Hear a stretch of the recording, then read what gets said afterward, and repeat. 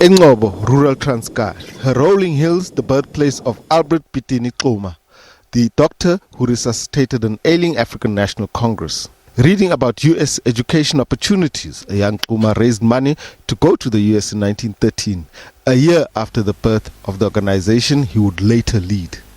There, Xuma studied at night and worked when not in class to pay for his education, first at Tuskegee, at the time the foremost black tertiary educational institution in the U.S. After 14 years abroad, Xuma returned, opening a surgery in Sophiatown. He spoke out on the plight of Africans and in doing so became a prominent voice.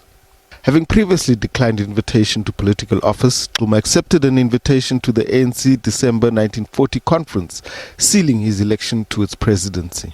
He set out to rebuild a scattered Congress. He led an initiative to draft a new ANC constitution, establishing a working committee to run Congress on a daily basis and granting full membership rights to women. Xuma's second wife, the American-born Maddie Hall Xuma, was elected ANC Women's League president.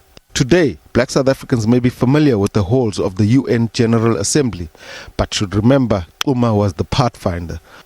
As an unofficial delegate of the African people in these hallowed halls, he presented the African Claims document, the most comprehensive statement on African rights, proclaiming nothing short of full membership and equal citizenship should be accepted.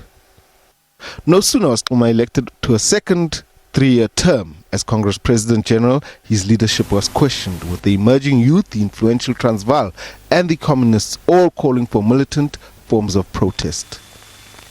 Around this time, Dr. Xuma had begun to seriously consider new alliances, leading to the signing of a pact with Indian Congress leaders, Drs. Yusuf Dadoo and Monty Naika.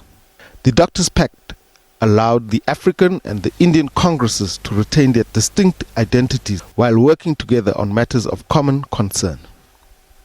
Responding, Xuma famously reminded his critics in Congress that fear of standing next to another on equal ground is an acknowledgement of inferiority. He was elected to a third term, despite the 1946 conference passing more militant resolutions, pushed by the youth and the communists, and accusations that Xuma was too slow and moderate.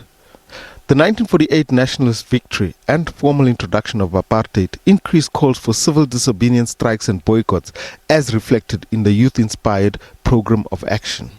The program was formally adopted despite Xuma's reluctance, reservations that would cost him the Congress presidency.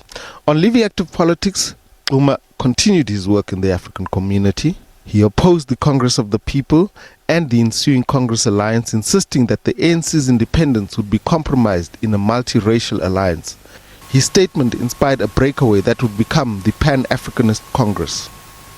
In December 1956, over 140 activists were arrested and charged with treason. Despite being listed as a co-conspirator, Xuma was never banned, nor arrested and charged during the treason trial. A year after the Shovel massacre, Xuma's failing health ended his public role.